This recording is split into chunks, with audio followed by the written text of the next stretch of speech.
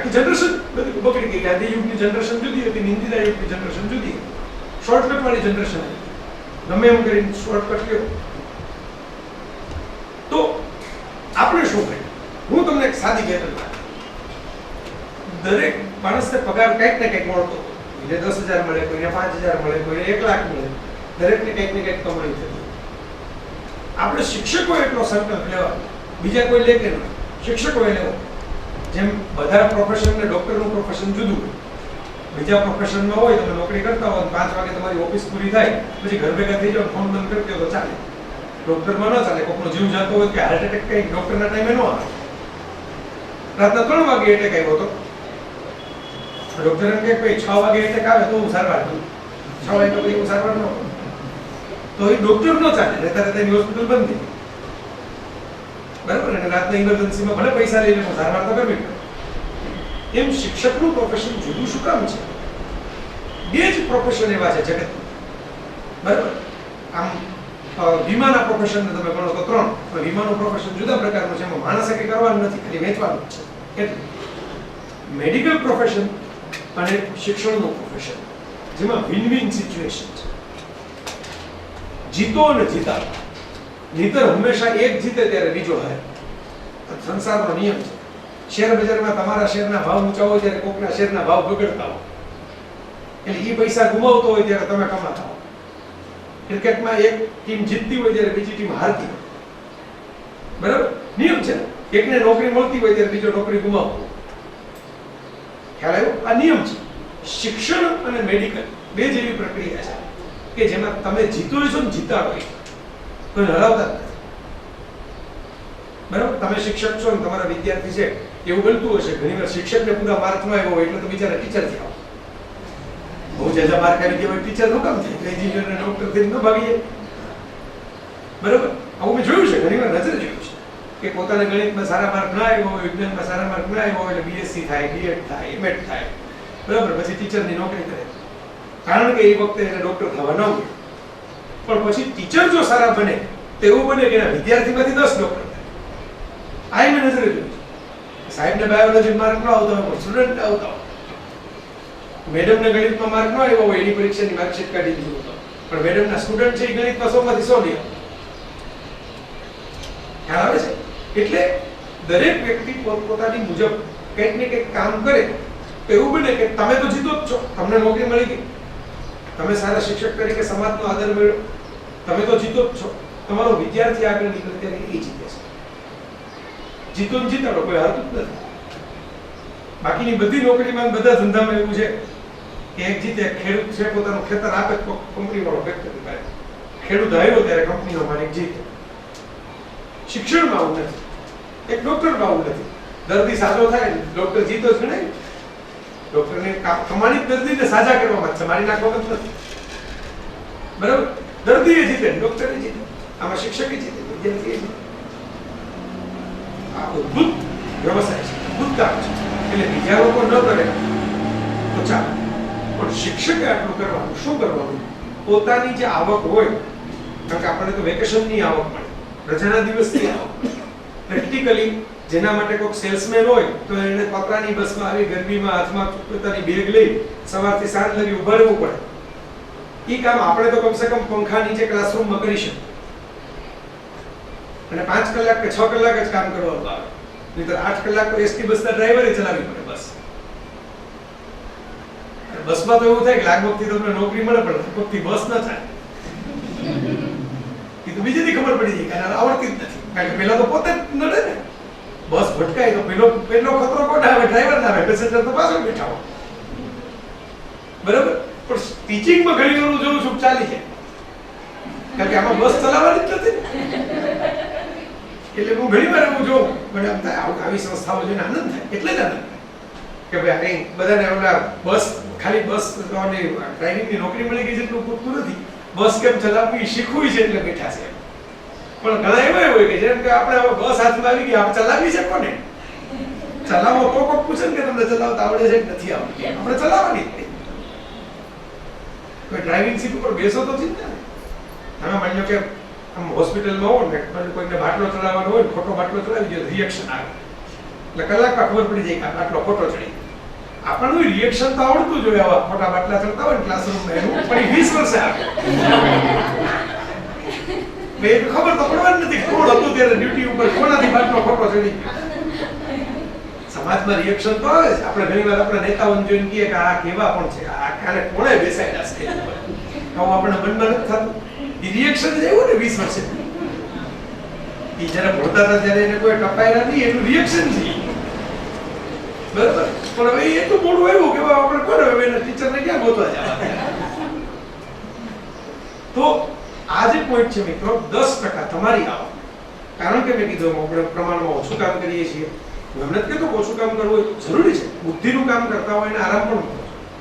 હું કઈ એવો માણસ નથી કે મેં તો આજથી 5-7 વર્ષ પહેલા લેખ લખેલો હતો, પેલો હાઈકોર્ટમાં જ્યારે કેસ કર્યો તો વિદ્યાસાગર, ત્યારે મેં લેખ લખેલો કે ભાઈ રિક્ષાવાળા કરતા તો વધારે પૈસા શિક્ષકને મળવા જ જોઈએ, રિક્ષાવાળા કરતા ઓછા પૈસા શિક્ષકના ગણો એ યોગ્ય નથી. એ બહુ પ્રામાણિકતાથી મેં લખેલું કે ભાઈ શિક્ષકને તમે હા એને કોન્ટ્રાક્ટ કરાવો, એને 62 વર્ષથી નોકરી ન કરાવો, ચાલો કોન્ટ્રાક્ટ કરાવો, 10 વર્ષનો કોન્ટ્રાક્ટ, 10 વર્ષમાં કામ ન પૂરું હશે પાછા મોકલી દેશો, બીજાને લઈ જશો. અમે આ તો 62 વર્ષનું લાયસન્સ આપી દો પછી કોઈ ભણાવે જ ન રાખે અને આખી જિંદગી અમને કાઢ રાખે, એના ક્લાસરૂમમાં ખાલી જૂની નોટ ભેગી કરી હોય એ નોટના આધારે લઈ રાખે. તો મેં કીધું કોન્ટ્રાક્ટ કરો, પૈસા વધારે આપો, કોન્ટ્રાક્ટ કરજો સારું કે ભાઈ 10 વર્ષે નહીં હોય તમને કાઢી મૂકશું, બીજાને લઈ લેશું. પણ તમે 5000 આપો એ યોગ્ય નથી, અપમાન છે, એ નાનું અપમાન છે. હું મેં લખેલું છે. એટલે હું એવા મતનો નથી કે શિક્ષકોએ આમ દયાવાળા રહેવું ને આમ સાદગી એટલે ઝૂંપડપટ્ટીમાં જઈને રહેવું ને શિક્ષક આમ ગરીબ બિચારા ઢીલું ઢીલું ધોત્યું મીલું મીલું મોં રખે ને ભાઈ તમે માસ્તર હો, એ જૂના જમાનાની એક ગીત હતી બરોબર. આવા ઢીલા ઢીલા રહેવું આમ કંઈક આમ હું તો શિક્ષક છું બોલે ન એટલે કવિ હું કવિ છું, તો ડોક્ટરે પ્રિસ્ક્રિપ્શન લખ્યું પછી એમ કે 50 રૂપિયા નોટ આવી તો તમે જમવા આ દવા જમીન લેવાની છે એટલે 50 રૂપિયા જમવા. કવિઓ તો કવિ પાસે જમવાનું ક્યાંથી હોય એમ. એટલે શિક્ષક આવો હોય એવું મને ના ગમે. શિક્ષક તો ખુમારી વાળો હોય, શિક્ષક તો વધારે પૈસા કમાતો હોય. કેમ? શિક્ષકની પાસેથી કલેક્ટર તૈયાર થવાનો છે, શિક્ષકની પાસેથી ઉદ્યોગપતિ તૈયાર થવાનો છે, શિક્ષક પાસેથી લશ્કરનો કમાન્ડર તૈયાર થવાનો છે. બધા અલ્ટિમેટલી તો શિક્ષકના ખોળામાં જ છે. તો તમે કમાન્ડરને અને કલેક્ટરને જે આપો એ શિક્ષકને આપવું જોઈએ, કારણ કે એનું ભણતર તો આ કરે છે. જૂના જમાનામાં હતું જ, ઋષિઓ આશ્રમમાં રહેતા પણ કામધેનુ ગાય રાખતા, માગોયું મળે. આ એક સિમ્બોલ છે કે જે જ્ઞાની હોય એને તો માગોયું આપવાની વ્યવસ્થા સમાજે કરવી જોઈએ. વશિષ્ઠ ઋષિને કામધેનુ ગાય કેમ? કે જે માગોયું આપવું જ પડે સમાજે. જ્ઞાની પુરુષો એને બધું આપવું પડે. હવે તો પુરુષોનું નીકળી ગયું, હવે તો મહિલાઓ થઈ. મેં તો જોયું છે, અમારો સર્વે છે કે 10 વર્ષ પછી ગુજરાતની અંદર ભણવામાં સ્ત્રીઓ જ મેક્સિમમ હશે. શું કામ? ટોપર્સ જ હોય છે. તમે કોઈ પણ રિઝલ્ટ ઉપાડીને જોઈ લો, કારણ કે સ્ત્રીઓને ફ્રીડમ નથી મળતી. એટલે ફ્રીડમ મેળવવાનો એકમાત્ર રસ્તો એજ્યુકેશન છે. ઇકોનોમિકલી પૈસા કમાવવા હોય તો પણ અને ઘરની બહાર નીકળવું હોય તો પુરુષો જરૂરિયાત કરતા થોડીક વધારે મળે છે. એને બાઇક ઉપર બેઠા રહેવું હોય આખો દિવસ તો ચાલે, બરાબર. એટલે પ્રમાણ ઘટતું જાય છે પુરુષોનું ટોપર્સમાં. એ લોકો સમય બરબાદ કરતા હોય ત્યારે મોટાભાગની છોકરીઓ કોન્સન્ટ્રેશનથી ભણતી હોય. શું કામ? કારણ કે ખબર છે કે આના સિવાય બીજો કોઈ રસ્તો નથી બહાર નીકળવાનો. મારે જિંદગીમાં કંઈક મારે પ્રાપ્ત કરવું હશે તો આ એક જ રસ્તો, હાઈવે એક જ છે જેમાંથી હું બહાર નીકળી શકીશ. જો અત્યારે ભણવામાં નહીં હોય તો મારે ગુલામી જ કરવી પડશે. એ મોટાભાગની છોકરીઓને ગુજરાતમાં સમજાઈ ગયું છે. મારું નિરીક્ષણ છે. અને આ નિરીક્ષણ એટલે ઘરનું નથી, આંકડાકીય સપોર્ટ છે, બરાબર. તો 10% જે આવક થતી હોય એના જ્ઞાન સંવર્ધન માટે શિક્ષક આ કરી શકે. એનો ફાયદો વિદ્યાર્થીઓને થવાનો, ક્લાસરૂમ નહીં થવાનો, સંસ્થાને પણ થવાનો. ધારો પગાર 5000 છે તો એના 10%, ધારો 10000 છે એના 10%. પગાર એટલે પગાર શબ્દ નાનો કરો છે, આવક. જે આવક થતી હોય એના 10% છે એ જ્ઞાનમાં, જેને રીઇન્વેસ્ટમેન્ટ કહેવાય બિઝનેસની ભાષામાં. બધો નફો ઘેર લઈને વાપરી જવાનો ન હોય. નફો થાય તો એમાંથી થોડોક નફો ઘેર લઈને મજા કરો, બાકીનો નફો ધંધામાં પાછો નાખવાનો હોય તો ધંધામાં આવક વધે. આપણે એજ્યુકેશનમાં રીઇન્વેસ્ટમેન્ટ ઓફ પ્રોફિટ નથી, એ કરવું જોઈએ. બે તમને ગમતા હોય, તમારે જે વિષય લેવાનો હોય એ વિષયને લગતા કોઈ મેગેઝિન પુસ્તક લઈ આવો, સીડી લઈ આવો, કોમ્પ્યુટર ઉપર જાઓ, એનું ઇન્ટરનેટ કે એનું કનેક્શનના પૈસા ખર્ચો એમાંથી, બરાબર. વેબસાઇટ જુઓ, આપણે બાળકોને એમ કહીએ છીએ કે ભાઈ તમારે જેવું તેવું સાહિત્ય વાંચવું નહીં, જેવી તેવી વેબસાઇટો જોવી નહીં. આ કેવું સહેલું છે, આમ ન કરતા પછી આપણે જોઈએ છીએ બાળકોનો અમલ નથી થતો. શું કામ? આનું બાળક હોય ને હાથમાંથી તમે માની લો કે મોબાઈલ ફોન રમકડા તરીકે આવી ગયો હોય, ખેંચી દો, અમે ફૂગો લઈ દેવો પડે, લીધા બાળક રડે. પછી મોબાઈલ ફોન 20,000 નો હોય, ફૂગો 2 રૂપિયાનો હોય, બાળકને નથી ખબર. એમ તમે જ્યારે વિદ્યાર્થીને એમ કહો કોમ્પ્યુટર ઉપર આમ તેમ સમય નહીં બગાડવાનો, આવું કેવું પૂરતું નથી. તમારે 30 વેબસાઇટનું લિસ્ટ આપવું પડે કે જો આ મેં જોઈ છે, આ આપણને કામ લાગે એવી છે, આ 30 વેબસાઇટ તમે જોજો અને પછી આપણે શનિવારે એની ચર્ચા કરશું. એટલે સામું લેસન આવી ખ્યાલ આવ્યો. એટલે તમે એવું પૂરક કામ કરો તો શું થાય કે વિદ્યાર્થીમાં તો પ્રેશર આવે. આ મેડમ છે કે આ સર છે, એ તો પોતે જ પહેલા તો 30 સાઇટ જોઈને બેઠા છે. આ 30 સાઇટ આપણે જોવાની છે, એને ખબર છે.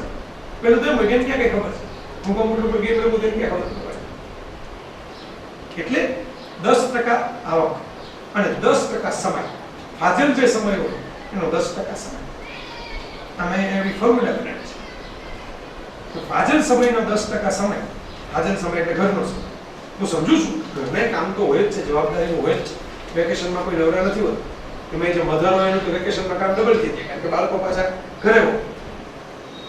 પણ 10% સમય ને 10% આવક વગર કામ થઈ શકે એમ નથી. એટલું અંદરથી જો ઉગતું ન હોય તો છોડી દેવું.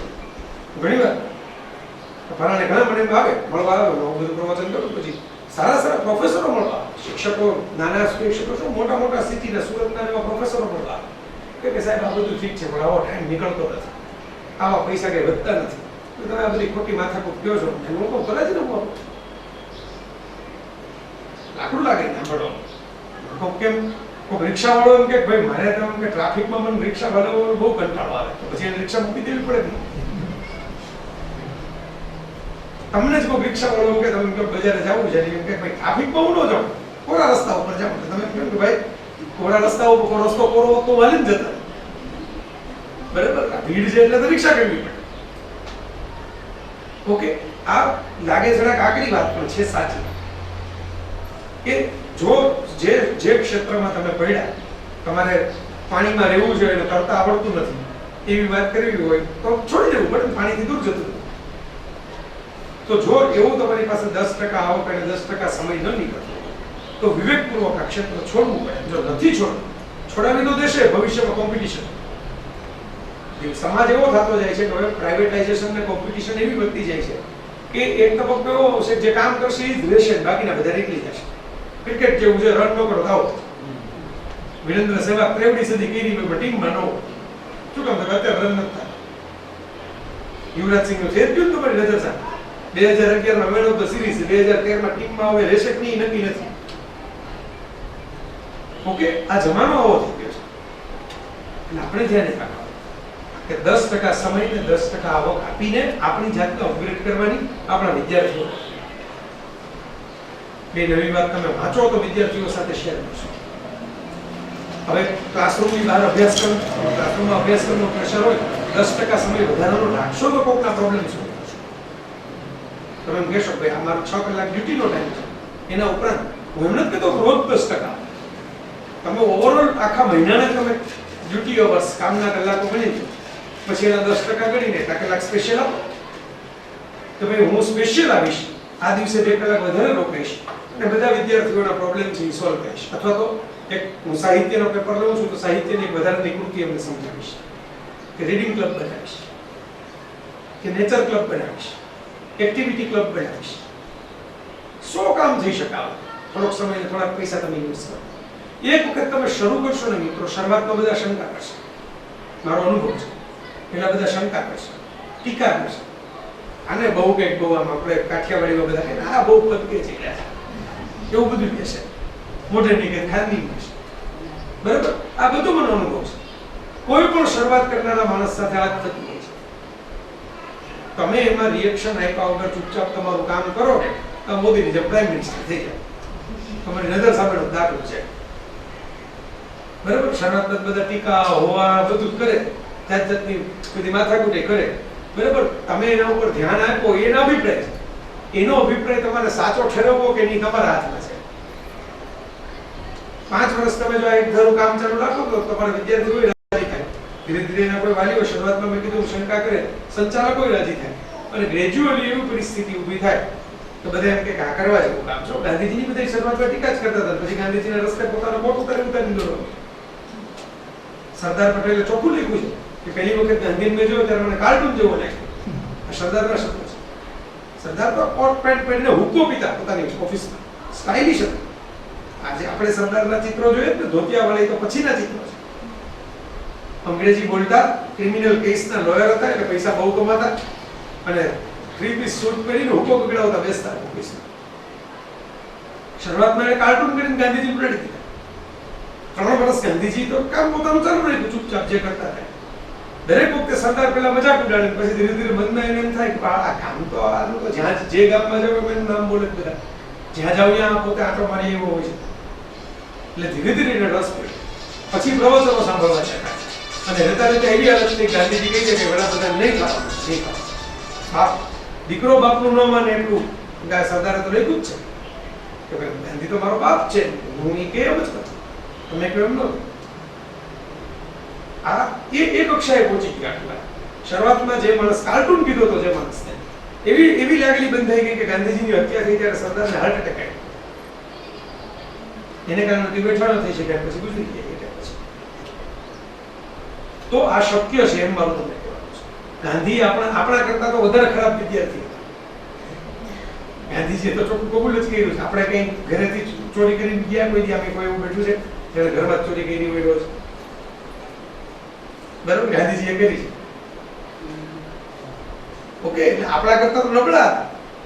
આપણે એવા તો નથી ઘર ચોરી કરતા હોય, જૂઠું બોલતા હોય, માંસાહાર કરવા ભાગી જતા હોય, એવું બધું કઈ નથી. બરાબર, પણ ગાંધીજી સુધરતા. ગાંધીજીની ઇતિહાસ છે ને ગ્રોથની ઇતિહાસ. Grow, no and grow. મેં એકવાર લેખમાં લખેલું કે ટીચરે શું કરવાનું હોય? નો, જાણો, અને ગ્રો, વિકસો. ગાંધીજી જ્યાં હતા ત્યાંથી વિકસતા ગયા. આલ્ફ્રેડ હાઈસ્કૂલના સ્ટુડન્ટમાંથી લંડનના વિદ્યાર્થી થયા, લંડનના વિદ્યાર્થીમાંથી સાઉથ આફ્રિકાના બેરિસ્ટર થયા, સાઉથ આફ્રિકાના બેરિસ્ટરમાંથી ભારતના કોંગ્રેસના કાર્યકર થયા, કાર્યકરમાંથી મહાત્મા થયા. સીધા આલ્ફ્રેડ હાઈસ્કૂલમાંથી મહાત્મા નથી થયા. બરાબર, જે પરિસ્થિતિ આવી એમાં ડેવલપ થતા, પ્રોબ્લેમને ઓપોર્ચ્યુનિટી બનાવતા.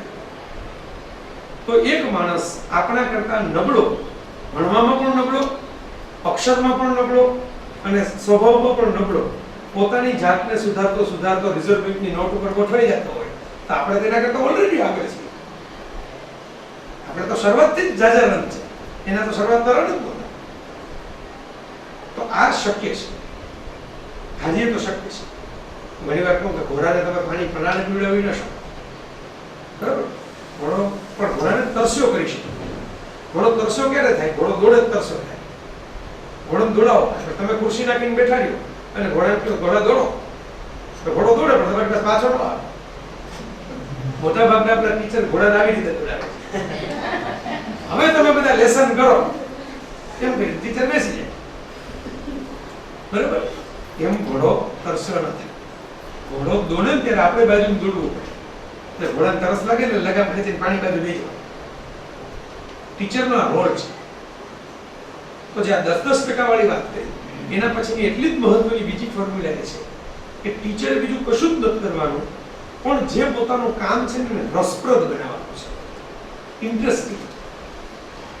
જગતમાં બોરિંગ કઈ છે જ નહીં. વિજ્ઞાન બોરિંગ નથી, ઇતિહાસ બોરિંગ નથી, ભૂગોળ બોરિંગ નથી. એને રસપ્રદ રીતે કહેતા આવડે તો બધા સબ્જેક્ટ ઇન્ટરેસ્ટિંગ છે. તમને વાર્તા બનાવીને એને કહેતા આવડવા જોઈએ. વિષ્ણુ શર્માએ પંચતંત્રની વાર્તાઓથી કેમ રાજકુમાર બધું ભણેલું? તમને આવડવું જોઈએ કે એની વાર્તા કેમ થાય. કેન્દ્ર ત્યાગી બળ અને કેન્દ્રગામી બળ ભણાવવામાં તો ઘણા વિદ્યાર્થી કંટાળી જતો હોય તો ધૂમ પિક્ચરની વાત કરીને શરૂ કરો. કારણ કે કેન્દ્ર ત્યાગી ને કેન્દ્રગામી બળ વગર તો બાઇક ચાલે નહીં. સીધું સાદું વિજ્ઞાન છે, બાઇક ચાલે જ નહીં. ત્રિકોણમિતિને ગણિત, કલન ગણિત ભણાવવું હોય તો સેટેલાઇટ બતાવો, મોબાઈલ બતાવો, એમ કહો તમને આમાં દોડવું તો છે નહીં, તો ક્યાંથી સિગ્નલ પકડાય છે? બધા વિદ્યાર્થી એટલું કહેશે સિગ્નલ પકડાય. ક્યાંથી પકડાય? તો કે સેટેલાઇટ. એટલું તો બધાને ખબર પડી. તો સેટેલાઇટ કોણ મૂકવા ગયું, કોણ પગથિયું બનાવી મૂકવા ગયું સેટેલાઇટ? ત્યાં ખીટી તો છે ને, ટીંગાડી દેવાય, છબી ટીંગાડી હોય તો ખીટી જોઈએ. તો વગર ખીટી આકાશના સેટેલાઇટ કેમ ટીંગાડ્યા છે? એ તો હકીકત છે. ઘરમાં ટીવીમાં ચેનલ આવે છે, મોબાઈલમાં સિગ્નલ આવે છે, એટલે કોઈ ના તો પાડી નહીં શકે. પહેલાના જમાનામાં એવું હતું, ના પાડે, એવું તો આપણે સાંભળ્યું જ નથી. હવે તો તમારી નજર સામે છે. તો વિદ્યાર્થી મૂંઝાય એટલે તમને કહે કે આ ટીચર કહો ને કેમ. હવે જો પહેલા તમારો પ્રશ્ન, હવે એનો પ્રશ્ન છે. ફરક છે બે વખત. પહેલા તમારે કેવું હતું પણ એને સાંભળવું હતું. હવે એને રસ પડ્યો આખી વાતમાં, સસ્પેન્સ સ્ટોરી થઈ. વાત તમને સાદી આપણે કેમ એમ કે તમને ખબર છે એમ કે ફલાણાભાઈની જે ઓલી દીકરી હતી ને એનું ગઈકાલે ખબર છે, કાલે વાત કરું કેમ કરીને જતા રહ્યા. પછી ઓલા ભાઈને એમ થાય કે હાડું આ પૂછ્યું હશે, છોકરી ભાગી ગઈ હશે ઘરમાંથી, છોકરી કઈ માર કાઢ્યા, કઈ બીજું થયું, ઝેર પી લીધું, શું થયું? એટલે તમે બે જણા પૂછવા ફલાણા ભાઈને કઈ ખબર પડી શું થયું? ના, જયભાઈ તો એમ કહેતા હતા કે જયભાઈને પૂછો કે જયભાઈ તો એમ કીધું કાલે. આ સસ્પેન્સ એકતા કપૂરની સિરિયલના છેડે આવે ને બીજો એપિસોડ તમારે જોવો ફરજિયાત જોવો પડે. ક્યાં છેલ્લે આમ ગોઢું આમ રાખીને ઊભું રહી ગયું શું થવાનું? તો આ ટેકનિકનો ઉપયોગ આપણે ક્લાસરૂમમાં કેમ નથી? બરાબર, તમે આવી વાત કરો. આ જો પ્રશ્ન તો છે જ, પ્રશ્ન તમારી સામે વેદ મૂકી દીધો કે સેટેલાઇટની ખીટી ક્યાં તો દેખાતી નથી. છે તો ખરો, એ તો ટીવી બંધ થઈ ગયું, મોબાઈલ બંધ થઈ ગયા હોય. તો આ કલન ગણિતના ક્વોન્ટમ ફિઝિક્સના સિદ્ધાંતોથી સેટેલાઇટની ગણતરી કરી મૂકવામાં આવે છે. આવું કેવો પછી ત્રિકોણમિતિની વાત શરૂ કરો તેને રસ પડે. આ કે અગત્યની વાત આપણે ભણી ગયા છે. એવું જ સાહિત્યમાં છે, ભાષામાં છે, ભૂગોળમાં છે, ઇતિહાસમાં. આપણે શું બોરિંગ ઇતિહાસ કરે બરાબર. અશોક આટલી નંબરની સાલમાં જન્મ તો આ નંબરની સાલમાં ગુજરી ગયો બરાબર. એટલે બે તો આંકડા આવે, બે લીટી બરાબર. આવું 5-6 વખત વાંચો એટલે તમે એટલા બધા થાકીને કંટાળી જાઓ બરાબર. એટલે તમે પડતો મૂકી દો. હવે આ બધું નથી ફાવતું આપણે બરાબર. એને કહાનીમાં ફેરવી નાખો. એ જ વાતને કહાનીમાં ફેરવી નાખો કે તમને ખબર છે કે નાનકડો બાળક હતો, એની સાથે આમ ઘટના બની. એ બાળક મોટો થઈને અશોક બન્યો, તો મોટો થઈને અકબર બન્યો. એવું ક્યારે થાય તમારે અશોક ને અકબર વિશે ચોપડી સિવાય બીજું કંઈક વાંચવું તો પડે ને. તમે આ કેવું છે, મિલ્કશેક બનાવવા જેવું છે. તમે કહો કે મિલ્કશેક મેંગોનું બનાવવું છે પણ કેરી નથી, દૂધ નથી, ખાંડ નથી, બનાવવું છે તો ગોળ ગોળ મિક્સર ફરે ખાલી, પછી બરફ બરાબર. અને પછી 2 ચમચી દૂધ નાખો અને 1 પીસ કેરીનો નાખો અને એમ કે 4 દાણા ખાંડના નાખો તો આમ દેખાય ખરું કંઈક છે, આમ થોડુંક ધોળું, થોડુંક પીળું રહે, થોડુંક ગળ્યું રહેવું. પણ કોકને કહો કે મેંગો મિલ્કશેક છે ને, તો કે એમ તો લખીને તો કહો કે મેંગો મિલ્કશેક છે, ખબર પડી ગઈ હળદરવાનું. શું કામ? કારણ કે માપમાં નથી પડ્યું છે કે એની 5 ચીર નાખવાની હોય તમે 1 બટકું રહે તો હળદરવાળું દૂધ જ લાગે ને, મેંગો મિલ્કશેક ના લાગે. દૂધ અડધો કપ 1 કપ નાખવાનું હોય જે તમે 1 ચમચી નાખો. તો આપણે જે ઇન્ટરેસ્ટિંગ બનાવવા માટે મસાલો ભેગો કરવાનો છે ને, એ જાજો ભેગો કરવાનો છે. આપણી પાસે કેરી જાજી હશે, દૂધ જાજુ હશે, ખાંડ જાજી હશે તો મિલ્કશેક બહુ સરસ થશે, લોકોને ભાવશે, લોકો બીજી વાર ઓર્ડર આપશે. એમ આ વાંચન જેવું કહું છું ને, એ આપણું મિલ્કશેક છે. આપણું રીડિંગ છે એ આપણું મિલ્કશેક છે. તો વધારાનું વાંચશો તો તમે 2 વાત નવી કહી શકશો. વિદ્યાર્થીઓને રસ પડશે આખી વાત. તમે 2 પુસ્તકો લાઇબ્રેરીમાં જઈ હમણાં જ બધા પુસ્તકો ઘેર ખરીદી પોતાની આવક મુજબ કરો. કોણ લાઇબ્રેરીમાં બેસો, ઇન્ટરનેટ ઉપર ઘણું મફત વાંચવા મળે છે, વાંચો. છાપાઓ મફત વાંચવા મળે છે ઇન્ટરનેટ ઉપર. 2-3 તમે ગામની અંદર એક જગ્યાએ બેસીને છાપા વાંચો બરાબર. આજુબાજુ શું ચાલે છે કયો. જેટલા મેં જોયું છે જ્ઞાનનો પ્રભાવ છે એ પડે જ છે. ગમે એવો ગુંડો મોવાની હોય ને એ નોલેજ વાળાને જ્ઞાન આપે છે. કોઈ દી કોઈ માફિયા ગેંગસ્ટરે પોતાના વકીલ કે પોતાના ડોક્ટરનું ખૂન કરી નાખ્યું સાંભળ્યું હતું? કારણ કે ખબર છે કે આ 2 બાબતની જરૂર મારે પડવાની અને એમાં આ ભાઈ જાજુ જાણે મારા એ મારી નો નડે. આ નહીં હોય તો મને સાજો કોણ કરશે, આ નહીં હોય તો મને છોડાવશે. નોલેજનો પ્રભાવ પડે જ છે, અમે જોયું છે બરાબર. તોફાની વિદ્યાર્થી હોય ને એમ કે ભાઈ સાહેબ છે ને એનું નોલેજ બાકી બહુ છે, આપણને કઈ સમજાય નહીં પણ નોલેજ વાળા બહુ છે. એટલે કબૂલ તો કરવું જ પડે કે એની પાસે નોલેજ છે. તો નોલેજ વાંચનથી મળે. લીડર બન્યા વિના લીડર ન થવાય. મેં એક લેખ લખ્યો તો ટાઈટલ લીડર બન્યા વિના લીડર ન થતો. બધાનો વાંચે ચાલે પણ લીડર થવું છે એને વાંચવું પડે. કારણ કે નહીતર આગળ કેમ નીકળો બીજા કરતા? બધાને ખબર છે એટલી તમને ખબર હોય તમે બીજા જેવા જ છો. તમને થોડી ઝાઝી ખબર હોય તો તમે લીડર છો. થોડુંક વાંચન કે હું અંગ્રેજીમાં ઘણી વાર એને કહેતો છું મેન્ટલ મેકઅપ. ફિઝિકલ મેકઅપ તો આપણે કરીએ ઘરની બહાર નીકળતા પહેલા અમારી જેમ વાળ ન હોય તો ચેક કરી લઈએ મારા દિશામાં છે ને બરાબર. હાલમાં ક્લાસ કો ફેરવી નીકળી જાય. ફિઝિકલ મેકઅપ ની તો ટેવ છે પણ મેન્ટલ મેકઅપ કર્યા વગર નીકળી જાય. વિચારની, બુદ્ધિની, જ્ઞાનની, સમજણનો મેકઅપ નથી. આ આપણી વાસ્તવિકતા છે. એટલે મેન્ટલ મેકઅપ મિત્રો મેં ઘણી બધી વાતો તમારી સાથે એક છેલ્લે નાનકડો પ્રસંગ મારે તમને કેવો છે અંતની પહેલા મેં સાહેબને વાત કરી હતી મારે છેલ્લી 20-25 મિનિટ પ્રશ્નોત્તરી કરાવી છે બરાબર. આપણી મને જે સમય અપાયેલો 2 કલાકનો મેં શરૂ કર્યું ત્યારથી ઘડિયાળ જોઉં છું એના 2 કલાક થવામાં હજી 25 મિનિટની વાર છે બરાબર. એ 25 મિનિટ આપણે પ્રશ્નોત્તરી કરો પછી 2 મિનિટનો પ્રસંગ હું સમાપ્ત કરીશ.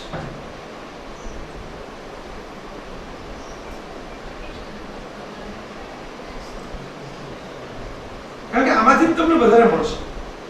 આ તો મેં તમને નાની 2-3 ફોર્મ્યુલા આપી દીધી, સમસ્યાઓ કહી દીધી, દુનિયા ક્યાં છે એ સમજાવી દીધું, કન્વિન્સ કરી દીધા, શિક્ષણ એટલે શું એ કહી દીધું.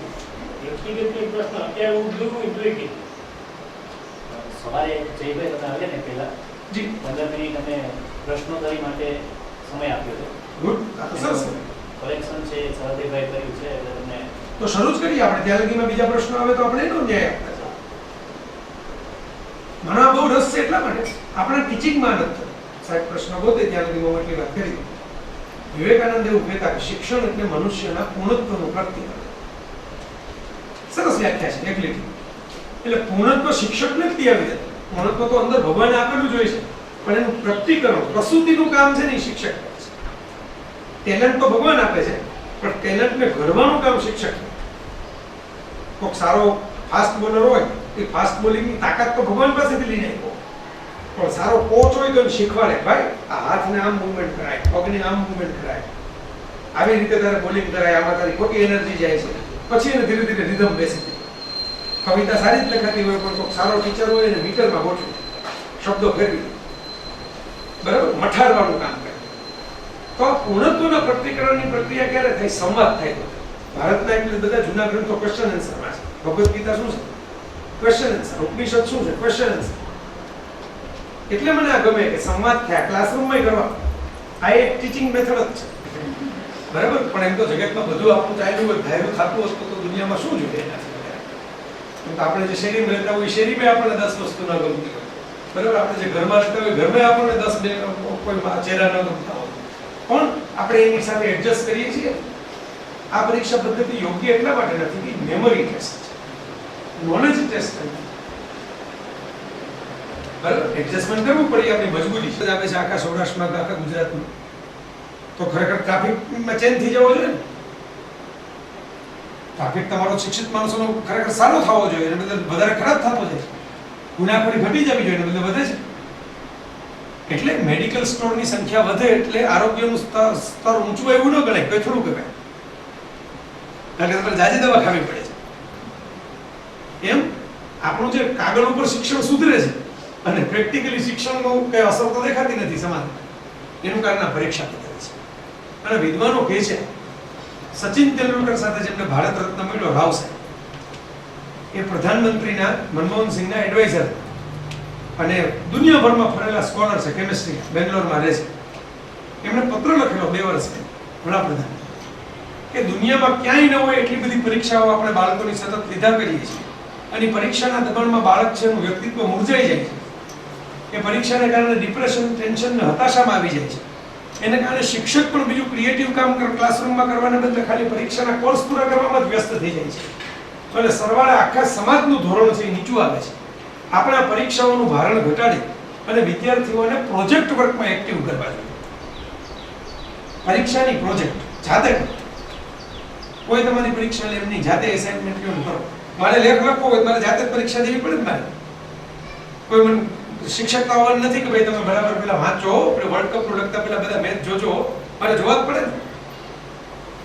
એ જાતે થયેલી તૈયારી. એટલા માટે હું આ કહું છું તમને મિત્રો કે આ ઇમ્પોર્ટન્ટ છે. પરીક્ષા પદ્ધતિ મેં કીધું હવે થોડી થોડી સુધરતી જાય છે, કારણ કે રોષ વધતો જાય છે એની સામે, અને ઉપર બેઠેલા માણસોને પણ સુધારવી છે, પણ ડરે છે. શિક્ષણ છે ને, જે આપણે ત્યાં વોટમેન્ટનો ઇસ્યુ નથી, આપણી ટ્રેજેડી છે. ખેતી માટેના વોટ બેંકના ઇસ્યુ હોય, ધાર્મિકતાના વોટ બેંકના ઇસ્યુ હોય, અનામતના વોટ બેંકના ઇસ્યુ હોય, એજ્યુકેશન વોટ બેંકનો ઇસ્યુ નથી. એના આંદોલન કોઈ કરે નહીં, બરાબર. 500 જણા પણ ભેગા થઈને એના માટે કોઈ આંદોલન કર્યું તો પરીક્ષા પદ્ધતિ સુધારવા માટે આંદોલન, પગાર વધારવા માટે આંદોલન થાય, બરાબર. હવે ડિમાન્ડ ન કરો એટલે કે સપ્લાય થાય નહીં, બરાબર. એટલે હું ઘણીવાર પણ શિક્ષકો કહે ને કે ભાઈ આ સુધરતું તો નથી, અને હું કહું કે સુધરતું એટલે નથી કે આપણે સંગઠિત નથી. ધારો કે ગુજરાત આખાના શિક્ષકો છે એ એક અઠવાડિયા માટે એમ કહી દે કે ભાઈ આ થઈ પરીક્ષા પદ્ધતિ બદલાવાનું આંદોલન થઈ, એટલે આ ચાલે છે. જ્યાં લગી તમે અવાજ ન ઉઠાવો ત્યાં લગી ગુલામ રહેવું પડે એવી વાત છે. બીજું પછી એક પ્રશ્ન એવો છે, લાગણીપૂર્ણ વર્તન કરીએ વિદ્યાર્થીઓ સાથે એનું પરિણામ હકારાત્મક આવે કે નકારાત્મક? એમાં છે ને થોડીક ટ્રીકની જરૂર છે. એક આંખમાં અગલ રાખવાનો ને એક આંખમાં હિમ રાખવાનો, બેંક એકાઉન્ટ. ખાલી ડિપોઝિટ કરીને રાખો ને તો બેંક તમારા પૈસા વાપરે, તમને કોઈ ફાયદો થાય જ નહીં. તમારા પૈસા બેંકમાં હોય જોઈને તમારે રાજી થવાનું, કારણ પૈસાનો ઉપયોગ તો બેંક કરે, તમે તો કરતા નથી, બરાબર. ખાલી વિડ્રોલ કરીને રાખો તો એકાઉન્ટ બંધ થઈ જાય. કઈ જમાત ન પડ્યું હોય ખાલી ઉપાડે રાખો તો એકાઉન્ટ બંધ થઈ જાય. સારું બેંક એકાઉન્ટનું મેનેજમેન્ટ કોને કહેવાય? કે પૈસા વૈધા હોય ત્યારે એમાં જમા કરાવવાના અને જરૂર હોય ત્યારે ઉપાડવાના. ટીચર આમ કરવા, બરાબર. લાગણી ડિપોઝિટ છે, સજા એ વિડ્રોલ છે, બરાબર. રોજ તમે વિડ્રોલ કરો, રોજ સજા આપો, તમારી સજાની અસર થતી નથી.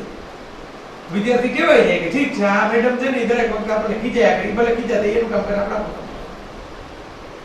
એટલે રોજ વિડ્રોલ કામ ના નહીં, રોજ ડિપોઝિટ કામ નહીં, પણ ડિપોઝિટ વિડ્રોલ નું બેલેન્સ કરવા.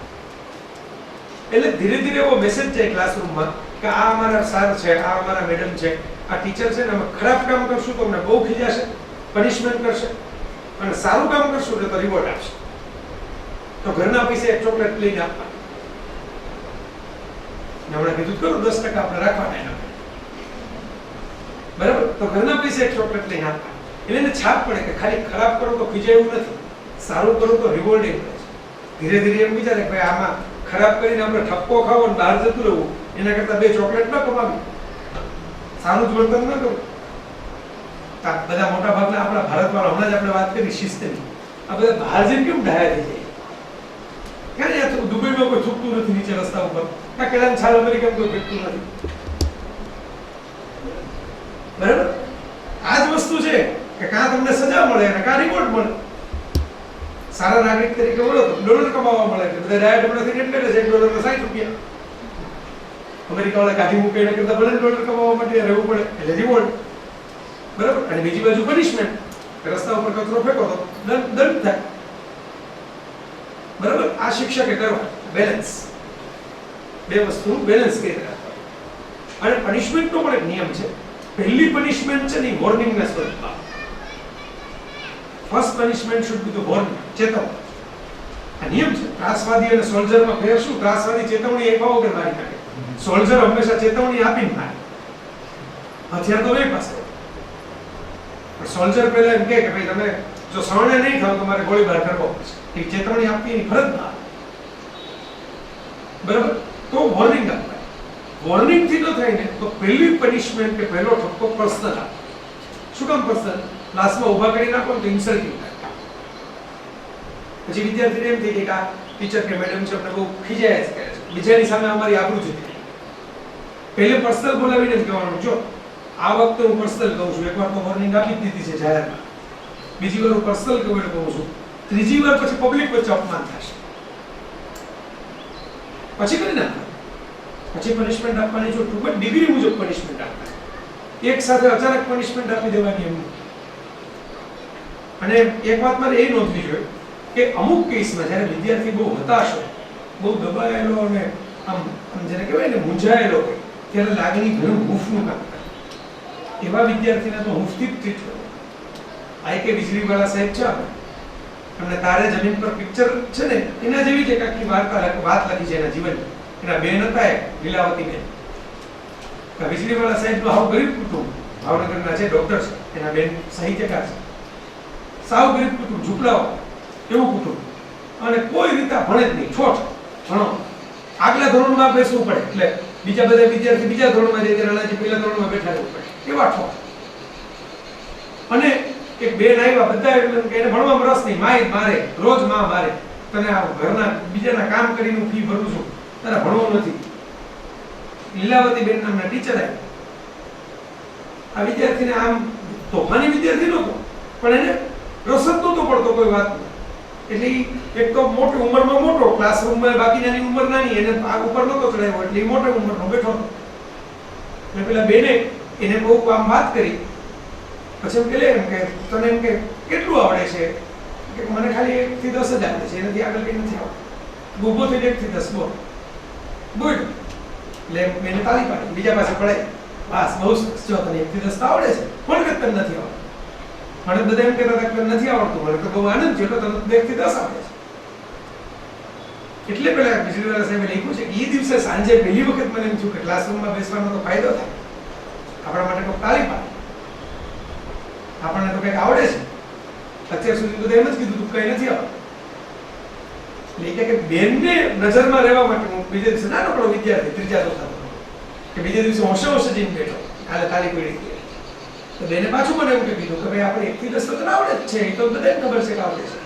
હવે આપણે આગળ વધશું, તને હું જુદું લેસન આપું, ચાલ બાકીના જુદું લેસન, તારું લેસન. એને પોતાના એમના સ્વરણોનું પુસ્તક લખ્યું છે ને, એમાં લખ્યું છે વીજળીવાળા સાહેબ કે આજે હું ડોક્ટર છું, ભાવનગરમાં આટલું બધું કમાઉં છું, 10 તો પુસ્તકો લખી નાખ્યા છે, પણ એક મને પ્રાથમિક શિક્ષક લીલાવતી બેન ન મળ્યા તો હું આ કક્ષાએ પહોંચવાનો. એને મારામાં આત્મવિશ્વાસ રાખ્યો તો હું કંઈક કરી શકું એમ છું જીવન. હું તો એમ જ માનતો તમારે ભણવું જ નથી. બેલ પડી ગયો.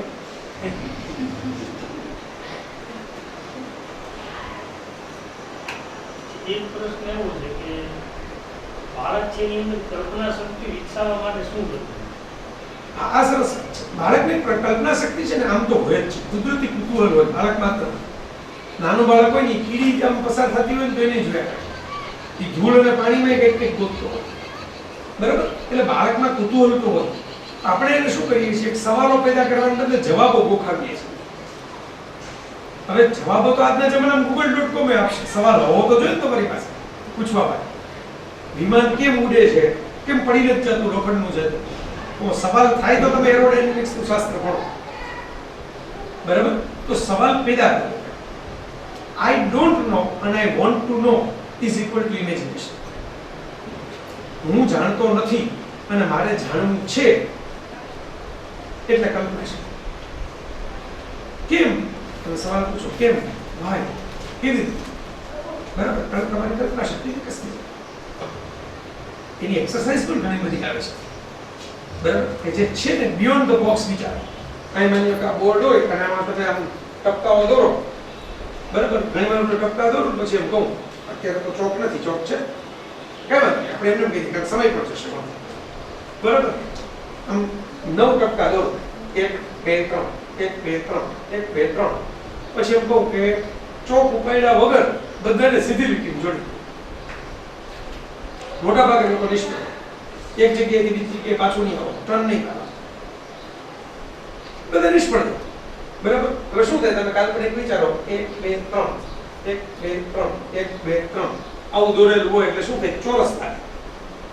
એટલે મોટા ભાગના લોકો છે ને ચોરસમાં જ રીમા રાખે.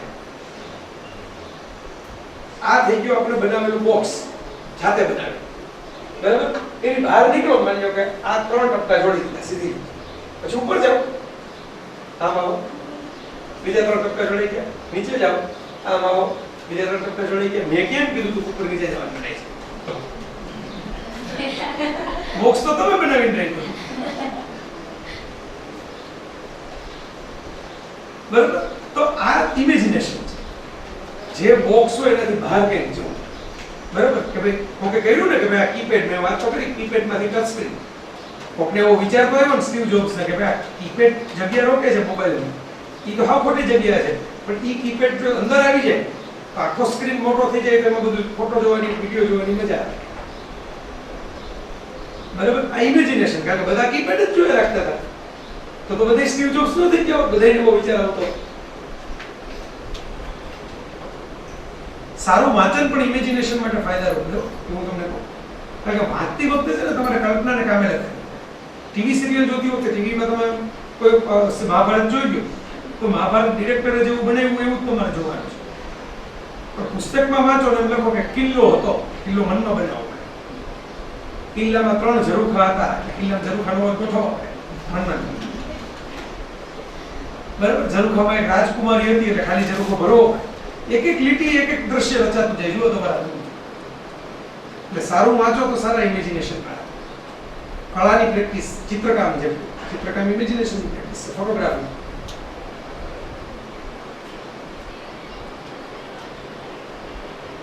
જે એક આખો અભ્યાસક્રમ છે એની અંદર ઇતર વાંચન માટેનો આમ તો કોઈ વિભાગ છે તો બાળકોને એવી રીતના એ જવાબ તો એડવાન્સ જ મેં આપી દીધો ને. આ સવાલ તો પાયાનો સવાલ છે કે આનો ટાઈમ નથી રહેતો તો શું કરવું. એટલે મેં શું કીધું 10% સમય 10% આવક. 10% આવકમાંથી થોડીક મેં કીધું અમારી ચોકલેટો આપી શકો, થોડું ગ્રીડિંગ વધારી શકો, કોઈ એવી સરસ બુક લઈ આવીને બધા વિદ્યાર્થીઓ વચ્ચે શેર કરી શકો કે ભાઈ આ બધા વાંચો. વાંચીને એકબીજે ના આપો, પછી આપણે ડિસ્કશન કરશું 10 મિનિટ. ત્યારે ડિસ્કશન કરશું, 10% વધારાના સમયમાં ડિસ્કશન કરશું. પછી એક મૂલ્ય શિક્ષણનો પ્રશ્ન. મૂલ્ય શિક્ષણ પછડી ગયું છે, ફરી પાછું પાયા ઉપર લાવવા માટે શું કરીએ? બહુ સરસ. જો આનો તો બહુ ટૂંકો જવાબ છે. Values can be caught, can not be taught. એવું અંગ્રેજીમાં કહે છે. મૂલ્યો છે ને ઝીલી શકાય, શીખવાડી ન શકાય. સત્ય વિશે કોપી કરીને નિબંધ લખેલા છોકરાઓ અમે અમારા ગોંડલમાં જોયા છે. નિબંધ શું પૂછવાનો હતો કે સત્ય કેવી રીતે લખો? કાપલી પાસે બરોબર, એક કાપલી બની બધે પહોંચી જાય.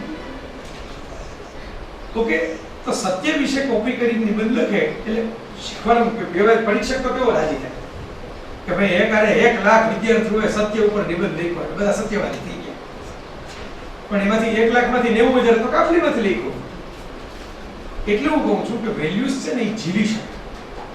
માણસ પોતે, આપણો ઘરના કોઈ એવા મેમ્બર હોય બરાબર, એ પોતે પ્રામાણિક હોય તો ફરજિયાતપણે તમારા પ્રામાણિકતાના ગુણ આવે છે.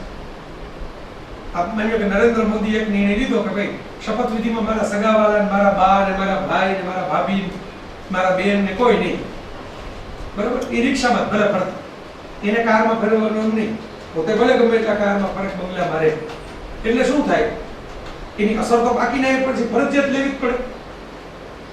જે મુખ્યમંત્રી હતા ત્યારે આપણે જોતા હતા કે પોતાના ભાઈને જ નથી બોલાવતા, હવે આપણા કઈ જમાઈનું નહીં કરે.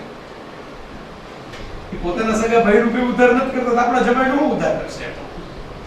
બરાબર, આની અસર ધીરે ધીરે.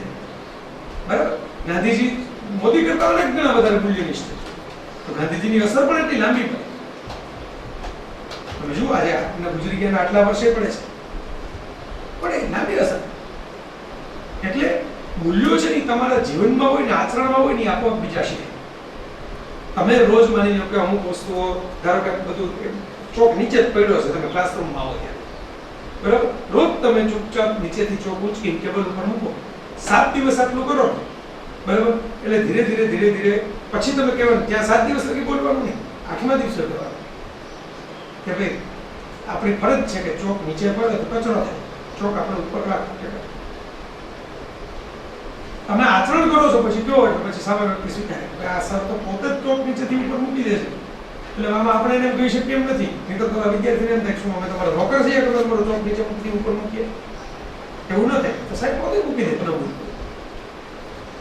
એટલે આપણો મૂલ્ય શિક્ષણ પથરી એટલે ગયું છે કે લોકો વાતો કરે છે, લોકો દંભી છે.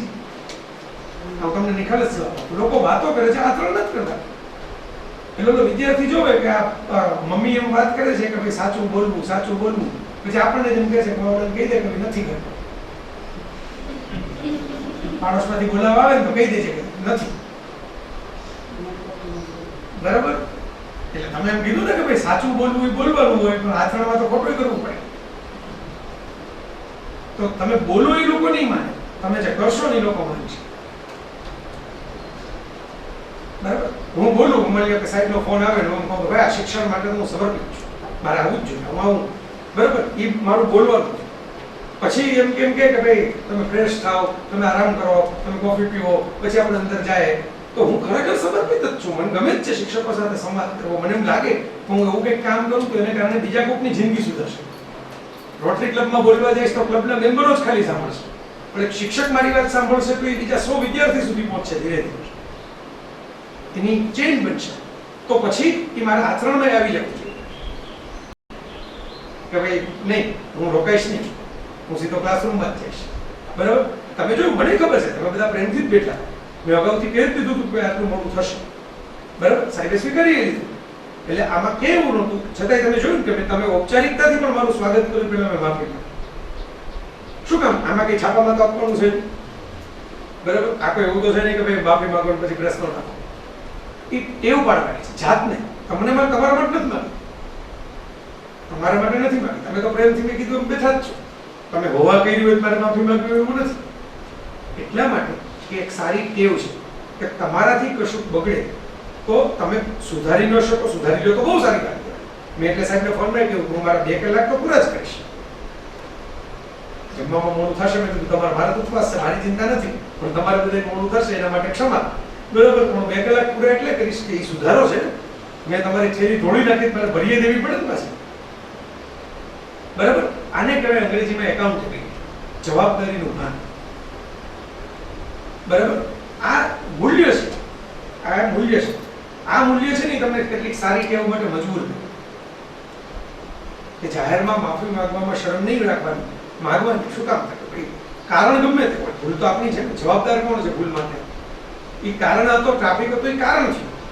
વ્યક્તિ તો હું છું ને, જવાબદારી મારે સ્વીકારવી. આ દરેક શિક્ષકે કેળવવા.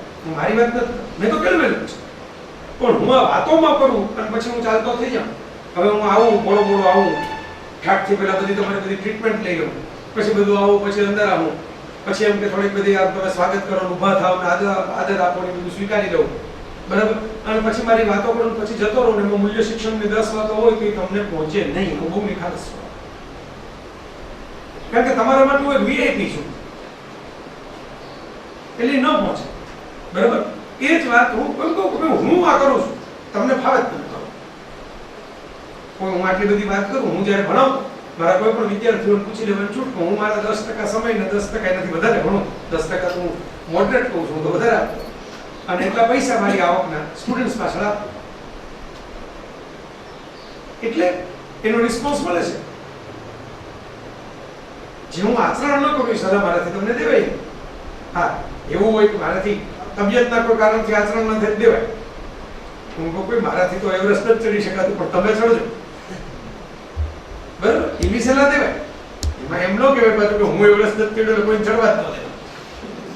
આપણે ઘણા એવા કે મને કોઈ દી 100 માંથી 100 માર્ક નથી આવ્યા એટલે ગામમાંથી કોઈને આવી જ ન શકે, બરાબર. એવું ન હોય, આપણે 100 માંથી 100 માર્ક ન આવે તો બીજાને આવે, એની સલાહ દેવાય, બરાબર. પણ મૂલ્યોની બાબતમાં તમે આચરણ કરો ને એટલે આપોઆપ મૂલ્યો સુધરે છે, બરાબર. મારી સાથે મારા સાથી મિત્ર છે અમારા ગોપાલભાઈ, બરાબર, મારા કુટુંબના મેમ્બર જેવા થઈ ગયા છે, બરાબર. તો હવે હું ઘણીવાર ભૂખા પેટે પણ, આ તો ઉપવાસ છે, પણ ઘણીવાર એવી ટાઈમિંગ હોય કે તમને જમવાનો વચ્ચે ટાઈમ જ ન મળે, એવી રીતનો ટાઈમ ગોઠવાય પ્રવાસ, તો હું ભૂખા પેટે પણ બોલવા જાઉં તો એ તો એને તો જમવાનો હક છે ને, તો ગાડી ચલાવી છે, એને જમવાનો હક છે, બરાબર. એ ભૂખા પેટે ગાડી છે. હું એમ કહું કે તમારા માટે રાખવી તો રાખો, મારે તો મોડું થાય છે એટલે મારે તો જમવાની ઈચ્છા નથી, એમ કે તમારી ઈચ્છા. કોટ કેન નોટ બી ટોટ. એમ જોવે કે આ ભાઈ પોતે જ જમતા નથી, બરાબર, તો મારે ન જમવું, પોતે ન જમવું. સામે વ્યક્તિ એ ખાનદાન છે, એની ખાનદાની છે કે આવું વાત સ્વીકારે, પણ પોઈન્ટ એ છે કે એ મૂલ્યો ચેપી રોગ છે, મૂલ્યો ફેલાતા છે ચેપથી. ગાંધીજી વખતે બધા મૂલ્યનિષ્ઠ થઈ ગયા હતા, અચાનક મૂલ્યો વગરના થઈ ગયા એવું નથી. ગાંધીજી પોતે એટલા બધા મૂલ્યો વાળા હતા કે આજુબાજુ મૂલ્યો બધા બહુ ટેવ પડી ગઈ મૂલ્યોની. ગાંધીજી જતા રહ્યા એટલે બધા ગંભીર હતા, બાકીના એટલે પછી દંભની ટેવ પડી. હવે ત્યાંથી એક મને કાગળ આવ્યો છે, શિક્ષક વિદ્યાર્થી વચ્ચે આત્મીય સંબંધ છે એ વિકસાવવો હોય તો શું કાળજી લેવી. પછી સામે પેટા મુદ્દો પણ એક છે, શિક્ષક વિદ્યાર્થીનો મિત્ર બને તો તે બંને વચ્ચે માન મર્યાદા કેવી રીતે સચવાય, તો કેવો સંબંધ હોવો જોઈએ. સરસ સવાલ છે. પહેલી વાત તો એ કે આત્મીય સંબંધ છે ને એ વિશ્વાસ પ્રામાણિકતા વિના હોતો નથી. હમણાં જ આપણે એની ચર્ચા કરી કુદરતી રીતે અનુસંધાનમાં સવાલ આવ્યો. બરાબર, આત્મીયતા ક્યારે બંધાય? શિક્ષકે પોતાની ભૂલ થાય તો ભૂલ થાય. બરાબર, વિદ્યાર્થીએ કંઈક સારું કર્યું હોય તો ભૂલ થાય. નંબર આપણે જે મોટાભાગે શિક્ષકો છે ને ટેકનિકલ બાબતોમાં રસ લે પણ હૃદયમાં રસ નથી. ધારો કે નવો ક્લાસરૂમ છે તો બધા નામ પૂછે, કોનો દીકરો કોની દીકરી આપણે પૂછીએ, પપ્પા શું કરે છે, મમ્મી શું કરે છે, ખેતી કામ કરે છે, નોકરી કરે છે, બરાબર, આવું બધું પૂછીએ. આ બાયોડેટા છે. આપણે કોઈ વિદ્યાર્થીને એવું પૂછ્યું કે સૌથી વધારે મજા ક્યારે આવે, સૌથી વધારે દુઃખ ક્યારે? આત્મીયતા કોને કહેવાય? કે તમારા 5 મિત્રો, બધા મિત્રો એવા ન હોય, મિત્રો તો આપણા 50 હોય, 5 મિત્રો એવા હોય કે જેની પાસે તમે રડી શકો, જેની પાસે તમે એમ કહો કે હાલો આજે આપણે છે ને આજે આપણે જલસો કરવા જવું છે કાશ્મીર, હાલો ભાઈ કરવા, ટિકિટ મેં લઈ લીધી, બુકિંગ થઈ ગયું. એ જે મિત્રો હોય ને એનું ખાનું ઓળખ, એ આત્મીય મિત્રો. કે તમને બહુ મોજ આવે, તમને એમ કહો કે પ્રધાનમંત્રીની અને એમ કે શપથ ગ્રહણના 2 પાસ આવ્યા છે એટલે તમે એમ કંઈક ભાઈબંધ ઉપાડો કે તો કે હાલ લઈ જવાનું. એ તમારો આત્મીય મિત્ર. તમને એની યાર મજા આવતી હોય કે આ બાજુ બેઠા છે આપણે જલસા કરશું, 3 કલાક 2 કલાક વાતો કરશું, ખાશું પીશું, મજા કરશું. બરાબર, એટલે આત્મીયતા છે ને એના માટે દુઃખ અને મજા શેર. વિદ્યાર્થીઓને આવું પૂછો તરત તો જવાબ ન મળે, સંકોચ થાય. બરાબર, પણ આ ધીરે ધીરે પૂછો, ડર કે ન લાગે? કઈ બાબતનો સૌથી વધારે ડર લાગે? આ બધા પ્રશ્નોના જવાબ વિદ્યાર્થી ખુલીને આપતો થાય ને એટલે આત્મીય સંબંધ થાય. અને આપણો દેશ છે ને વિશ્વાસ ઉપર ચાલે છે. સાહેબ મને ફોન કરીને કે લખિતમાં ન માં, એ મારું લેખિતમાં ન માં, બે એટલું સમજીને ચાલે કે તો આવે જ ને. આપણો દેશ ભરોસાનો દેશ. બધા કાગળિયા જોવાને તમે ડોક્ટર પાસે જવા બેઠા, સાહેબ પહેલા તમારું MS નું સર્ટિફિકેટ બતાવો પછી ઓપરેશનમાં જાઓ. એટલો તો ભરોસો હોય કે આ સાહેબ ડોક્ટર જ હશે, આપણે થોડો મનમાં બેઠા. એમાં તો ઘણા પછી લેભાગુ આવી જાય છે ભરોસાનો દુરુપયોગ કરવા. એટલે ભરોસો બની ગયા પછી તો ફાયદો છે શિક્ષણ, જે ધારો એ કરાવી શકો વિદ્યાર્થી પાસે. પછી તમે વિદ્યાર્થીને કહો ને કે ઉભા રહેવાનું તડકામાં, તે ઉભા રહે. શું કામ કરે? હવે તમે ઉપર ભરોસો કરે છે. એટલે આ વસ્તુ આત્મીયતા આવી રીતે અંગત એની લાગણીઓને તમે સ્પર્શો, એના હૃદયને સ્પર્શો તો આત્મીય સંબંધ છે. હવે તમારો જો બીજો પેટા પ્રશ્ન છે કે ભાઈ માન મર્યાદા કેવી રીતે જળવાય મિત્ર બને? આ વાત સાચી છે. શિક્ષક મિત્રતાનો વ્યવહાર કરવાનો છે, પણ વિદ્યાર્થી ખભે હાથ મૂકીને ચાલે એવો મિત્ર બનવાનો ફાયદો એટલે નથી કે મેં હમણાં જ વાત કરી કે એક આંખમાં અહીં મને એક આંખમાં આગળ. થોડોક ડર પણ રહેવો જોઈએ. બધું ફ્રીડમ એમ નહીં. કૃષ્ણ છે એ સખા ભાવથી જ ચાલતા અર્જુનના, પણ જરૂર પડે ત્યારે વિરાટ દર્શન એકવાર બતાવી દીધું. અર્જુનને ખબર પડે કે આ સારથી નથી, આને રથ જમણી બાજુ લીલે એમ ન કહેવાનું પડે. બરાબર, એકવાર વિશ્વરૂપ તો બતાવી દેવું પડે. વિશ્વરૂપ બતાવીને પછી કૌંતેય સખા કૌંતેય મિત્ર કૌંતેય કરીને ચાલો. બરાબર, પણ વિશ્વરૂપ બતાવી દીધા પછી બરાબર આ સિમ્પલ નિયમ છે. એટલે મિત્રતા કયા અર્થમાં? કે હૂંફના, લાગણીના. જૂના જમાનામાં શું હતું કે શિક્ષકો કવડાકી ભર્યો વ્યવહાર કરે, એટલે રોબોટિક જેવા થઈ ગયા. સાહેબને બોલાવાય નહીં, સાહેબ તો હશે નહીં, સાહેબનું આમ મોઢું છે આમાં એકદમ આમ ગંભીર જ હોય. બરાબર, હવેનો યુગ એવો નથી. હવે જે શું છે કે હું ઘણી વાર હસતા હસતા કહું કે તમારી ફ્લોપી ડ્રાઈવ છે એ તમે બ્લુરે પ્લેયરમાં નાખો તો રન ન થાય. બરાબર, હવે આ સામે બેઠા બધા DVD ને બ્લુરે છે અને આપણે બધા જૂના ફ્લોપી ડ્રાઈવ વાળા છીએ એટલે ભેગું એમ ન થાય. અને ક્લાસરૂમની ઉંમર ક્યારેય વધતી નથી, શિક્ષકની ઉંમર જ વધે છે. આ યાદ રાખજો. આજે તમે 25 વર્ષના હશો ને તમારો ક્લાસરૂમ ધારો કે 10 વર્ષનો છે, બરાબર, તો તમે જેથી 45 ના થશો ને તેથી તમારો ક્લાસરૂમ તો 10 વર્ષનો જ હશે, એ 45 નો નહીં. એટલે તમારે 10 વર્ષના થવાનું છે, એને 45 ના નથી થવાનું. આ નિયમ છે શિક્ષણ. કારણ કે તમે જ્યારે 10 વર્ષના હશો ત્યારે ધારો કે તમારી પાસે મોબાઈલ ફોન નહીં, લેન્ડલાઈન ફોન નહીં, અને અત્યારે જે 10 વર્ષનું બાળક આવતું હશે એના પપ્પાના કોમ્પ્યુટરમાં ગેમનું ફોલ્ડર કેમ ખોલવીને આવડતું હશે વગર અંગ્રેજી વાંચે. એટલું સ્માર્ટ હશે. કુદરત કરે ને એટલું અપગ્રેડેશન તો કુદરત કરે ને. એન્ડ્રોઈડ વાળા કરતા હોય તો ભગવાન નહીં કરતો હોય. દર 6 મહિને નવી એન્ડ્રોઈડ આવે તો ભગવાન નહીં બનાવતો હોય નવી એન્ડ્રોઈડ એને પોતાને બનાવવાની સોફ્ટવેરમાં. કરે જ છે, તમે જુઓ ને. નાના નાના 5-5 વર્ષના ટાબરિયાઓને કોઈ અભ્યાસ વગર મોબાઈલ, કોમ્પ્યુટર, ટીવી બધું ચાલુ બંધ કરતા કેમ આવડી જાય છે? ઈ કે મેન્યુઅલ વાંચે છે. અરે સ્માર્ટ જનરેશન તો ભગવાન બનાવે જ છે. એટલે એના અર્થમાં મિત્ર થવું પડે. એમાં તમે એમ કહો કે હું તારાથી ઉંમરમાં મોટો એટલે હું કહું એમ કર તો આ તો સ્માર્ટ જનરેશન છે એટલે એમ નહીં સ્વીકારે. એ અર્થમાં મિત્ર બનવું પડે. બરાબર? પણ મિત્ર બનતી વખતે આ સાવચેતી રાખવાની. મૈત્રીપૂર્ણ વ્યવહાર એટલે આનો એક સરસ તમને એક લીટીમાં સમજાવી દઉં સમયના અભાવ કે તમે પીપરમિન્ટ જેવા બહુ ગળ્યા થાઓ તો લોકો તમને ગળી જાય, અને કાળી જીરીને કાકેચિયા જેવા કડવા થાવ તો લોકો તમને થૂકી નાખે. બરાબર? બે ખતરા પરિસ્થિતિ છે. અતિશય કડવા શિક્ષક બનો તો બધા થૂથું કરીને ભાગી જાય. બરાબર? અતિશય ગળ્યા શિક્ષક બનો તો ગળી જાય વિદ્યાર્થીઓ, ખબર માને જ નહીં.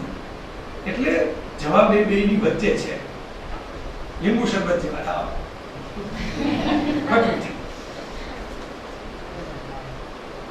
તમારું ત્રીજું એક લખેલું છે વિદ્યાર્થી જાતે શીખતો થાય તે માટેની કોઈ ટેકનિક ખરી? એકચ્યુઅલી વાતાવરણ છે. ભાઈ આઈન્સ્ટાઈન વાળી વાત કરી ને, વાતાવરણ આપે, પ્રોત્સાહન. પછી પેલી આઈટી વીજળી વાળાની વાત કરી, બેને શું કર્યું? બેનને થોડી ખબર હતી કે આ લેખક થવાનો છે. એને તો એક વિદ્યાર્થી મારા ક્લાસમાં બેઠો છે અને મોટી ઉંમરનો વિદ્યાર્થી છે, હજી કેમ ભણતો નથી, તો કેમ કે એને ભણાવો એટલે પ્રોત્સાહન આપો. એટલે પ્રોત્સાહન આપો, વાતાવરણ. જાતે શીખવા માટે વાતાવરણ આપવું પડે. માન્ય તમે એમ કહો તું જાતે એક વાર્તા લખ, એમ ન લખે. તમે અડધી વાર્તા એને લખીને આપો કે એક બુક આપો, અડધી વાર્તા આપો, પછી એમ કહો કે આ વાર્તામાં આગળ શું થશે એ વિચારજો. હવે આનાથી શું? તો એ જાતે શીખતો થાય, જાતે બે વાક્ય બનાવે વાર્તા, પોતાની ઇમેજિનેશન કરે. બરાબર? પછી બે ત્રણ બીજી ટેકનિક એ છે કે ચેલેન્જીસ આપે. કોઈ પણ માણસને ચેલેન્જ કરે. વિડીયો ગેમનો નિયમ શું છે? મોબાઈલમાં તમે ગેમ રમતા હો, બરાબર? એક કાર હોય ને, કાર એમને દોડી જતી હોય, એવી ગેમમાં તમને શું મજા આવે? એમાં 1000 પોઈન્ટ થાય તો શું કામ? 5000 પોઈન્ટ થાય તો શું કામ?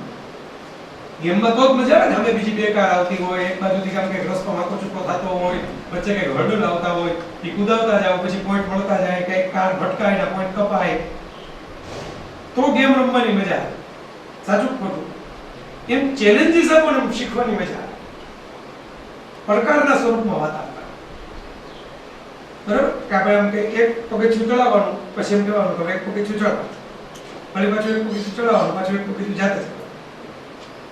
એટલે ચેલેન્જના સ્વરૂપમાં કોઈ પણ કોયડાઓ આપવા. ગણિતના કોયડાઓ ચેલેન્જના સ્વરૂપમાં. બરાબર? અડધા સ્ટેપ કરાવવાના, પછી એની પાસે કહેવાનું હવે તું આગળ કર, હવેનું સ્ટેપ શું થશે તું વિચાર. દાખલો તો છોકરાઓ જાતે જ ગણતા હોય છે. આપણે શું કરતા હોય છે? આપણે તો ઉદ્દીપકની પ્રક્રિયા કરતા હોય છે. દાખલો ગણે એના માટે આપણે એને પ્રોત્સાહિત કરતા હોય. આપણે થોડો દાખલો ખરેખર ગણીને દેતા હોય છે. વર્ગખંડને રસમગ્ન બનાવવા શું કરવું? એ તો મોટા ભાગની વાત આપણે થઈ ગઈ. મેં કહ્યું એમ વાર્તાનો ઉપયોગ કરવો, આજુબાજુ બનતી ઘટનાઓનો ઉપયોગ કરવો, વિદ્યાર્થીઓનો રસ કેમાં છે એ જાણી લેવું. પહેલા પ્રેમમાં શું કરે માણસ? પ્રેમમાં પડ્યો હોય માણસ શું કરે? જેના પ્રેમમાં પડ્યો હોય એની પાસે રિસર્ચ કરે. જો જેને પ્રેમ પ્રકરણો કર્યા હશે એને ખબર હશે. જેને પ્રેમમાં પડે ને પહેલા રિસર્ચ કરે, એને શું ભાવે, એને શું ગમે, એ કેટલા વાગે ટ્યુશનમાં જાય, કેટલા વાગે મંદિરમાં જાય, બધો રિસર્ચ એની પાસે ડેટા રેડી. બરાબર? પછી રસ પેદા કરવો પડે ને. રસ એમને તો થાય નહીં. ખબર તો પહેલેથી જ કેડબરીની ફ્રૂટ એન્ડ નટ જ ભાવે છે, ઈ જ લઈને જાય. બરાબર? સૂંઠવાળી સુખડી લઈને ન જાય. ન ભાવતી વસ્તુ થોડી દેવાય. બરાબર? કયો કલર ગમે છે એ પહેલા જાણી લીધું હોય, પછી એ કલરની જ ગિફ્ટ જાય. આવું બધે માણસો પોતાની મેળ જ કરે ને. આના ક્યાં ક્લાસરૂમ ચાલે જ નહીં. આનું મને બતાવો કે આ વર્ગખંડ ચાલે છે, આનું કોચિંગ આપવામાં આવે છે, આ 6 મહિનાની ફી છે. એમને બસ ખબર પડે ને તમારો નેચર, કુદરત તમે જે ઈ તમને શીખવાડી દેશે કે આમ હોય. એમ રસ પેદા કરવાની પ્રક્રિયા શું છે? આમ તમને આમ સહજ ભાષામાં સમજાવ્યું. બધા યુવાન મિત્રો છો એટલે કીધું બધા આ ભાષામાં સમજાય છે. બરાબર? હવે એની પ્રક્રિયા તમે ટ્રાન્સફર કરો તો શું થાય? પહેલા સામી વ્યક્તિને જેનામાં રસ હોય ને એમાં આપણે રસ કરવો. એ આપણને ગમે છે કે નથી ગમતું એ પ્રશ્ન નથી, પણ એને ક્રિકેટ ગમતું હોય તો આપણે ક્રિકેટના મેચ જોવા માટે બેઠા રહેવું પડે. બરાબર? તો તમારો વારો ક્યારેક આવે. કે તમે એમ કહો કે મને ક્રિકેટ ગમે જ નહીં હો, તો કાંઈ વાંધો નહીં, તમને ક્યાં પણ કોઈ ઘરે કમાડવા આવવાનું છે. બરાબર, એવી વાત છે. એટલે જે બાળકો, જે ઉંમરના બાળકો, ટીનેજર હોય તો ટીનેજર, નાના બાળકો હોય તો નાના બાળકો, એને કેમાં રસ પડે છે એ છે.